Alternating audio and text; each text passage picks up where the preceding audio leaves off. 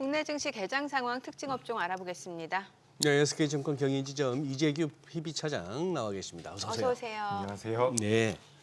자, 지금 뭐 지수는 마이너스 플러스 왔다 갔다 하고 있습니다. 지금 오늘 시장 상황 어떻게 보세요, 차장님?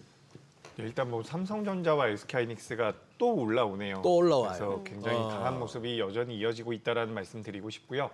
삼성전자와 SK하이닉스를 작년에 투자하지 못하셨던 분들 같은 경우는 올해 들어서 이제 대형주들이 굉장히 좋은 모습들이 나오고 있거든요. 네. 지금 보시면 삼성바이오로직스도 조금 올라오고 있고 오늘은 좀 밀리고 있지만 최근 들어서 이제 현대차 그룹주들도 굉장히 좋은 주가 흐름이 나왔죠.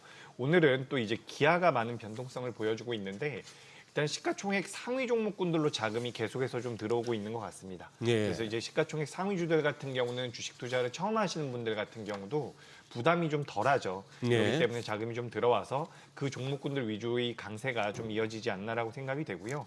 전반적으로는 굉장히 강세를 보였었던 업종들 같은 경우는 살짝 조정을 받고 있는데 오늘 이제 전력기기 관련주들이 오랜만에 좀 변동성이 잘 나오고 있는 것 같습니다. 뭐 LS 일렉트릭이라든지 효성중공업이 좀 올라오고 있다는 말씀드리고 싶고 코스닥 같은 경우는 아직까지는 상대적인 강도는 코스피에 비해서 좀 약하게 형성이 되고 있거든요.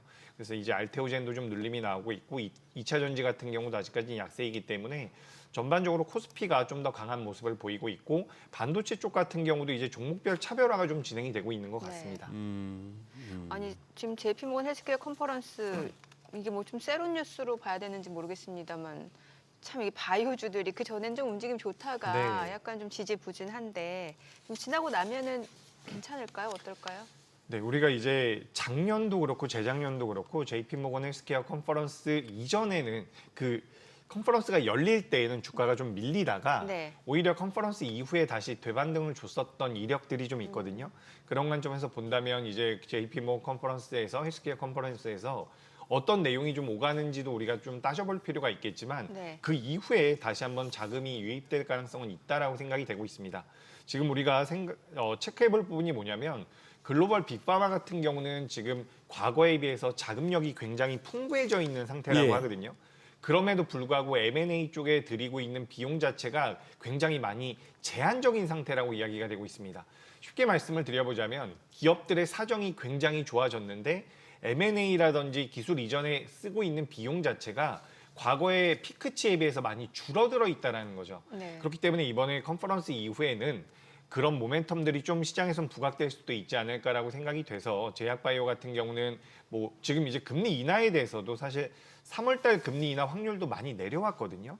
JP모건 측에서 2027년도에 27년도 3분기 때 금리 인상을 할 수도 있다라는 이야기가 나와가지고 금리 인하에 대한 모멘텀 자체가 좀 약해진 것 같습니다. 그래서 그런 부분들까지 좀 반영이 되면서 제약바이오가 약한데 뭐 연말까지 보거나 뭐 올해 중순까지 본다라고 한다면 제약바이오 시가총액 상위주들이나 작년에는 못 움직였지만 올해는 상대적으로 좋은 모습을 보여주고 있는 요 시가총액 코스피 제약바이오 기업들이 있거든요. 뭐 삼성바이오로직스라든지 셀트리온 같은 경우는 전 그래도 좀 매력적이지 않나 이렇게 좀 생각하고 있습니다. 아니 근데 지금 셀트리온하고 저 뭡니까? 지금 셀트리온은 보니까 지금 오늘도 지금 잘 가고 있죠.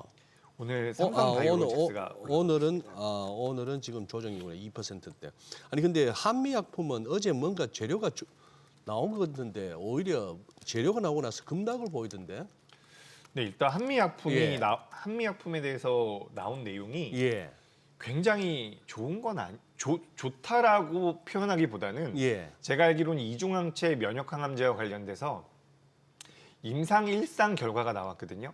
일상. 네, 일상은 예, 사실 예, 그렇게 예. 중요하지가 않습니다. 아, 예. 제가 이제 이 업계 쪽에 아는 분들과도 많이 이야기를 해보면 사실 임상 1상과 2상 같은 경우는 크게 의미가 없다. 항상 우리가 삼상에서 예, 맡기잖아요. 삼상에서 네, 이제 네, 우리가 네. 좀 모멘텀들을 찾아갈 수가 있는 부분이고 한미약품은 아마 우리 시청자분들께서도 많이 아시겠지만 비만 쪽에 대한 기대감이 좀 있는 기업이에요. 그래서 한국형 비만약에 대한 코멘트들이 좀 제한적이었기 때문에 변동성이 좀 하방으로 나온 게 아닌가라고 생각이 되고 있습니다. 그래서 일단 기대감이 많이 붙었던 상황에서 밀려 내려왔기 때문에 일단 좀 부담은 가질 수 있는 위치이지만 우리가 한미약품 같은 경우도 어쨌든 전통적인 제약사로서 기존에 만들어냈었던 매출과 사업 구조를 가지고 있었던 상황이기 때문에 전 여기서 주가가 내려온다라고 한다면 그래도 최근에는 제약바이오가 조정을 저는 개인적으로 좀 받았다라고 생각이 되거든요. 네. 좀 눌림이 나오면 오히려 이렇게 분할 매수의 관점으로 보는 것도 저는 괜찮지 않을까라고 생각이 되고 있습니다. 네. 저 차트도 나오고 있습니다만 저 50만 원을 못 올라가네.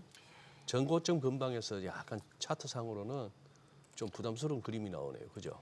네, 지금 다수의 기업들이 그렇습니다. 오늘 삼천당 제약도 많이 밀리고 있고요. 네. 뭐 보로노이 같은 경우도 많이 낙폭이 나오고 있는데 아무래도 기대감이 좀 반영이 됐다가 이제 컨퍼런스 진행이 되는 과정에서 별다른 내용이 없으니까 밀림이 나오고 있는 것 같은데 요거는 기업 자체에 무언가 문제가 생겼다라기보다는 투심에 대한 영향을 미쳤다라고 보시면 좋을 것 같고 아시다시피 지금 우리나라 시장이 대형주 위주로 움직임이 나오고 있기 때문에 만약에 예를 들어서 오늘 아침에 삼성전자와 SK하이닉스가 밀리면 이거를 매수하겠다라고 내가 기존에 보유했던 종목을 매도하시는 분들이 많은 것 같아요. 예. 그래서 이제 좀 빠르게 움직이는 종목군들로 자금이 넘어가다 보니까 원래는 3% 빠질 종목이 5% 빠지고 6% 빠지고 이런 경우가 좀 왕왕 발생을 하고 있는 것 같습니다. 네.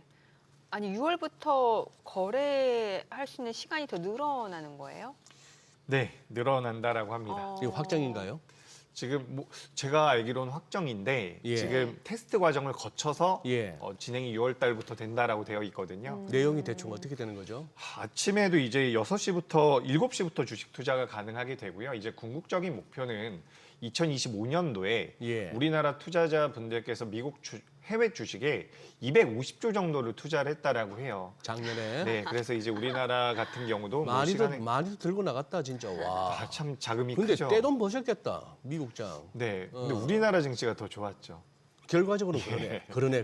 예, 그죠. 네네. 근데 이제 우리나라 어쨌든 증시를 많이 부양하기 위해서 자금을 유치하고 자금이 이제 우리나라 시장에 머물게 하기 위해서 이렇게 좀 투자 시간 자체를 늘린다라고 하는데 궁극적인 목표는 2027년도에는 24시간 매매가 될 수 있는 그런 구조를 만들어내겠다라는 부분이 지금 시장에서 이야기가 우리 되고 국내 있거든요. 증시를 24시간 예, 계속 맞습니다. 돌아간 연중무휴. 예, 그래서 이제 아시아 증시에서는 우리나라가 최초가 될 것이다라고 이야기가 되고 있는데 저는 개인적으로 잘은 모르겠습니다. 이렇게 뭐 어떤 명분이냐면 네. 지금 뭐 예를 들어 가지고 미국에서 FOMC 회의가 있거나 미국에서 10시 뭐 9시 반에 지표가 나왔을 때 혹은 새벽에 무언가 이슈가 나왔을 때 우리나라 같은 대응하기가 경우는 그렇다. 대응하기가 어렵다라는 명분인데 저는 뭐 지금까지도 잘 돼왔다라고 생각을 하거든요. 그래서 뭐 이런 구조적인 시스템 변화를 가져가는 것이 좋은 점도 있겠고 근데 저는 개인적으로는 너무 무리할 필요는 없지 않을까라는 생각이 좀 듭니다. 왜냐하면 작년에 넥스트레이드 만들어지고 나서 지금 KIX에서 저렇게 한다라는 거거든요. 서로 좀 수익성을 만들어 가려고 하는 그런 경쟁 구도도 좀 만들어지고 있는 것 같아가지고 넥스트레이드가 아니고 이거는 지금 한국거래소 KRX에서 예, 맞습니다. 추진하는 거예요. 네, 맞습니다. 그렇게 지금 진행이 되고 있고 근데 이게 또 정부에서 정책적으로 우리나라 시장 자체를 육성하려고 하는 부분은 또 분명하기 때문에 너무 부정적으로 볼 필요는 없겠지만 너무 급진적으로 이루어지지 않는 게 좀 낫지 않을까라는 생각이 들고 있습니다. 글쎄요, 뭐 정민은크는 제일감이 어때요? 이 소식에? 뭐 기대가 되세요? 아니면 일단 반감이 생기세요? 좀 다른 것도 하고 싶은데 다른 거라면? 네, 이러면 주식 투자 너무 창 들여다볼 것 같아요. 진짜 장기 투자자 아닌 이상. 저도 그렇습니다. 저도 네. 이게 업이기 때문에 열심히 네. 보고 있는데 이렇게 되면 저는 이제 하루 종일 볼 것 같습니다. 이제 그러니까요. 이 차장님은 이제 고객도 늘고 하면 이제 잠은 다 잤어 이제. 그렇죠. 근데 여기 보면 이제 지점 주문 금지 등 노무 부담을 최소화하겠다라는 이야기가 있는데 요거는 또 그거 이제 또 깨알같이 제 입장에서는 괜찮은 것 같습니다. 그래요? 아니 이러다가 머니쇼 일찍 시작하는 거 아닌지 모르겠어요. 가능성이 있죠. 프리머니쇼, 머니쇼 플러스, 머니쇼 애프터, 머니쇼 나이트. 뭐 그렇게 가는 거지 뭐. 그래요. 좋은 건지. 돈 주식. 무엇이 중요한디 사는 데 있어서. 아이고 참. 그래요. 주식 얘기합시다 또. 소장님 턴 아니세요? 제가 할까요? 뭐 우리 사이에 뭐 니 꺼내 거 있었나요? 아니 네. 그렇죠. 그냥 하고 싶은 대로. 네. 그러면은 지금 이제 앞서서는 이제 바이오 쪽 얘기 혹시 더 해주실 얘기 있으신가요? 뭐 좀 저점, 그러니까 좀 떨어질 때마다 약간 분할 매수 타이밍으로 봐도 좋다. 오히려 네. 그 JP모건 헬스케어 컨퍼런스 종료하고 나서는 좀 반등을 보여주는 때가 많았다 이렇게 말씀 주신 거잖아요. 네, 그죠. 예. 이제 제약바이오 같은 경우는 아까 전에도 말씀드렸다시피 빅파마들이 지금 자금 여력이 많다라는 거고 네. 추가적으로 빅파마들마다의 좀 차별화는 차이점은 있겠지만 지금 의약품 특허가 만료된 기업들이 많이 있거든요. 그렇기 때문에 우리나라 기업들의 기술력이 필요하다라는 명분으로 작년부터 변동성이 많이 나왔었어요. 근데 계속해서 소외가 됐었던 기업들이 이제 삼성 바이오로직스와 셀트리온 같은 기업들이었는데 올해 들어와서는 두 기업 모두 주가 흐름이 굉장히 탄력적으로 나오고 있습니다. 그래서 왜 그럴까라고 생각을 해보면 일단 기본적으로 바이오테크 기업들에 비해서는 안정적으로 매출이 나오고 있는 상황이고 추가적으로 이제 삼성 바이오로직스 같은 경우는 인적 분할을 했죠. 그래서 CDMO 쪽에 지금 집중을 하겠다라고 이야기가 되고 있는데 지금 인적 분할을 하기 이전에 자회사로 가지고 있었던 삼성 에피스가 바이오시밀러 쪽에 대한 사업을 영위하고 있었던 상황이거든요. 근데 이제 빅파마 입장에서는 삼성 바이오로직스의 CDMO를 맡기고 싶은데 예. 그 자회사에 에피스가 있으면 그 에피스가 그 CDMO에 들어가는 그 의약품을 바이오시밀러 업체가 받아갈 수가 있기 때문에 그런 기술적인 유출에 대한 우려감이 꽤 있었던 것 같습니다. 그런 상태에서 이제 분할이 완벽하게 진행이 됐기 때문에 삼성 바이오로직스 같은 경우는 이제 CDMO 쪽에 대한 모멘텀들을 온전히 받아간다라고 보시면 좋을 것 같고 우리가 CDMO 기업들 같은 경우는 PR이나 PBR보다는 그 에비타를 많이 보는 경우가 있는데 에비타 기준으로 봤을 때는 삼성 바이오로직스가 다른 기업들에 비해서 저평가되어 있는 부분들도 분명히 있기 때문에 굉장히 매력적이다 이렇게 좀 생각이 되고 있습니다. 그리고 셀트리온 같은 경우도 지금 뭐 화면에 나오고 있지만 셀트리온 같은 경우는 기본적으로 바이오시밀러 쪽에 대한 사업을 굉장히 잘하고 있는 부분이죠. 뭐 램시마이스 같은 경우는 미국의 FDA 승인을 받은 상태인데 얼마 전에 이제 일라이 릴리 공장을 인수를 했습니다. 공장 인수를 하면서 거기 쪽에 이제 CDMO 쪽에 대한 사업을 추가적으로 영위를 하기 시작을 했거든요. 그렇다라고 한다면 삼성 바이오로직스 같은 경우는 CDMO 그리고 셀트리온 같은 경우는 바이오시밀러에서 이제 CDMO까지 추가적으로 붙고 있는 상황이기 때문에 우리가 CDMO와 바이오시밀러 쪽에 대해서 생각을 해볼 필요가 있는데 기본적으로 지금 글로벌 시장에서 가장 큰 영향력을 발휘하고 있는 것은 뭐 머스크를 이야기할 수도 있겠지만 전 트럼프라고 생각을 하고 있거든요. 예. 결국엔 트럼프가 지금 미국 내에서 약가 인하를 계속해서 주장을 하고 있죠. 약가 인하를 주장하고 있는 가운데 약가 인하를 주장하면 그 과정에서 가장 큰 수혜를 받을 수 있는 섹터가 바이오시밀러와 CDMO 쪽이라고 보시면 좋을 것 같아요. 그리고 추가적으로 이제 트럼프가 또 하고 있는 것이 중국 기업들을 규제하고 있는 부분이라서 이에 따라서 또 우리나라 기업들이 수혜를 받을 가능성이 있기 때문에 전 이제 작년에는 바이오테크 기업들이 메인이었다라고 한다면 올해는 뭐 삼성 바이오로직스라든지 셀트리온 같은 경우도 추가 상승의 여력은 좀 남아있지 않을까 이렇게 생각이 됩니다. 네. 네. 딱 일주일 전에 1월 7일 날 이 현대차가 42,500원이나 전일 대비 오르면서 이게 무려 14%인데 이런 종목이 그러고 나서 지금 이게 30만 원 언제 넘지 했던 게 30만 원은 도저히 못 넘나 했던 게 이제 이까지 왔습니다. 뿐 아니라 지금 현대차 붙은 것들은 다 날라가요. 네. 오토에버 무슨 뭐 모비스 글로비스 할 것 없이 이 현대차 그룹주 전체적으로 한번 짚어주시면요. 이거 너무 빨라가지고. 네, 맞습니다. 네. 이게 딱 그거 같습니다. 작년에 삼성전자와 SK하이닉스 10월 달에 올라갈 때 그 페이스죠. 개인 투자자분들이 포모를 많이 느꼈잖아요. 포모를. 근데 올해 그러니까 삼성전자와 SK하이닉스를 놓친 투자자분들이 현대차가 움직이니까 아하. 그러니까 저는 개인적으로 현대차가 올라갈 수 있을 겁니다. 차라리 반도체보다는 현대차가 좀 더 나은 투자의 선택지가 될 수 있습니다라는 말씀을 한 달 전에도 두 달 전에도 드렸거든요. 예. 근데 그 부분들을 말씀드렸던 게 어쨌든 우량한 기업이고 실적이 예. 잘 나오는 기업인데 로봇 쪽에 대한 밸류를 전혀 받지 못하고 있었던 상황이거든요. 근데 최근에 이제 시장에서 부각이 되는 것은 CES 이후에 로봇 쪽에 대한 모멘텀이 많이 붙고 있는 상황이죠. 지금 지분을 많이 가지고 있는 보스턴 다이내믹스의 그 상장 시의 가치 자체가 20조에서 50조 정도로 평가가 되고 있습니다.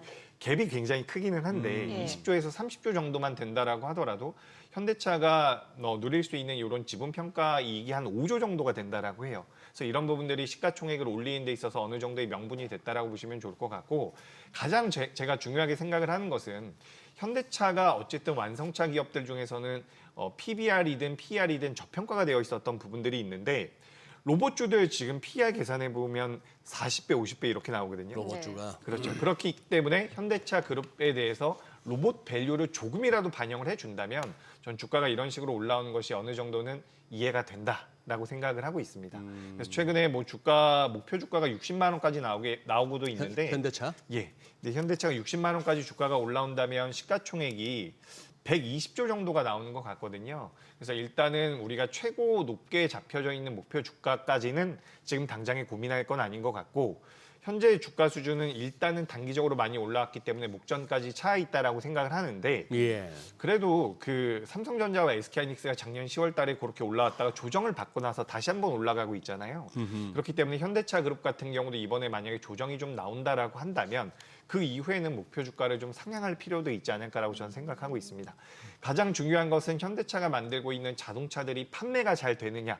여기서 기본적인 매출단이 만들어진다라고 한다면 그 다음에는 로봇 쪽에 대한 모멘텀이 붙을 수가 있다라고 저는 보고 있고 다만 여기서 체크가 필요한 것은 보스턴 다이내믹스라는 기업은 원래 잘하고 있던 기업입니다. 네. 근데 예전에는 그 가치가 많이 반영이 되지 않았었거든요. 양산을 할 수 없다라는 이야기들도 많았고 기술에 대한 개발만 하는 업체라는 그런 분석들이 많이 있었는데 현대차에서 이제 투자를 하기 시작을 하면서 현대차 같은 경우는 기본적으로 공장을 많이 가지고 있죠. 그래서 공장에서 요 레퍼런스를 가져간다라고 한다면 현대차 쪽에 대한 로봇 모멘텀 자체도 강하게 붙을 수 있지 않을까. 저는 이렇게 좀 생각을 하고 있습니다. 네. 소장님 하루에 하나씩 PR잼이를 안겨주셔가지고 아니 그냥 뭐 잘못 눌러졌나 봐요. 아무 짓도 유튜브가 안 나온 거죠. 예, 아무 짓도 안 했는데 네. 무음으로 해놨는데. 네. 아니 그 올해는 이제 반도체 쪽에서도 메모리하고 스토리지 쪽이 엄청나게 주목을 받고 있잖아요. 메모리하면 또 우리나라 기업은 삼성전자, SK하이닉스 얘기를 또 해줄 수밖에 없는데 어떻게 보세요? 지금 앞으로 올해 조금 더 안 들고 계신 분들은 좀 약간 주가 좀 시험할 때 담아봐도 괜찮은지 이것도 좀 알려주세요.